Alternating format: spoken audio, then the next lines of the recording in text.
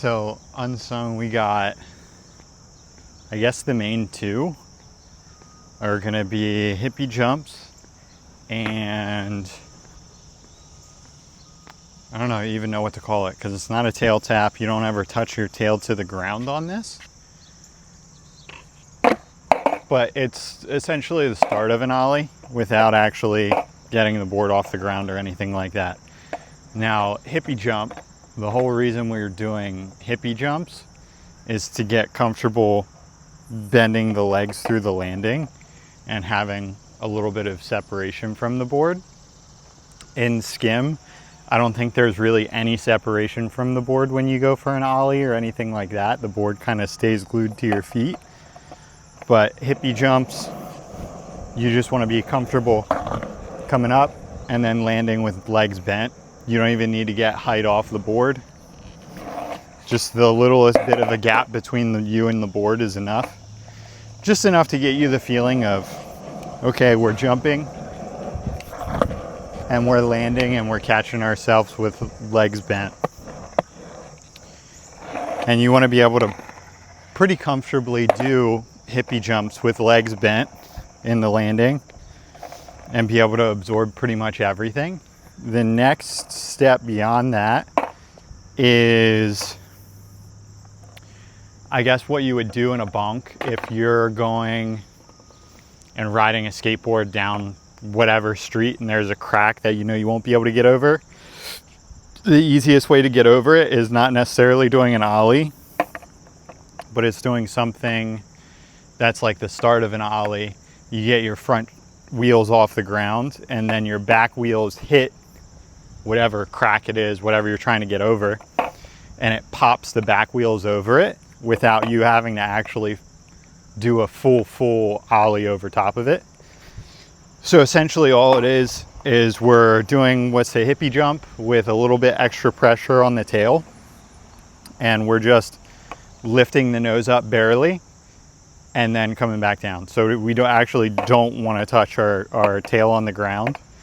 And what you want to feel on this one is that the board, the front of the board, has pressure on the bottom of your front foot.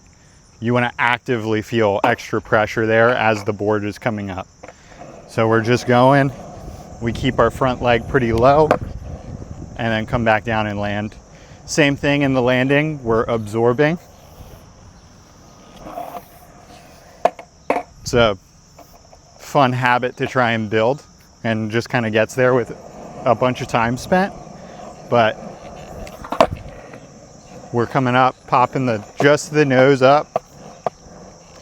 And you want your foot to try and stay connected to the board the entire time, that front foot. And these are really the only two drills that you'll even need to go for. If you want to learn ollies better on skateboard, then we can add in, tail taps, which is the same thing, but now we're just tapping the tail on the ground. Don't worry about getting height in the ollie or anything like that. You're just getting comfortable landing back on the board from the tail tap and getting the motion down.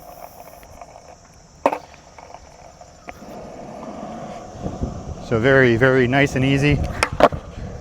Tail tap, land back on the board again, absorb with the knees, legs bent. And then after getting, a good, at least a pretty big amount of comfort with those, then you can start adding in actual ollies. And those tail taps will turn into ollies as you start pressing a little bit harder into them, even if they're just little ones. And then eventually you'll actually put some power into it and start going into full ollies. See if I can get an okay ollie here.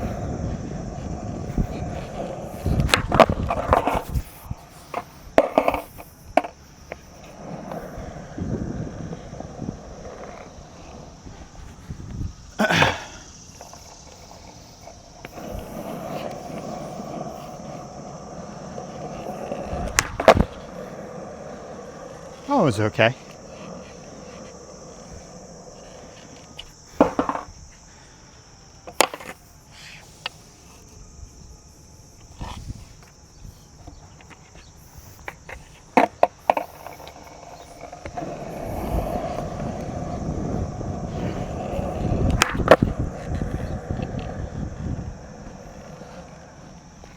See if I can get one good one.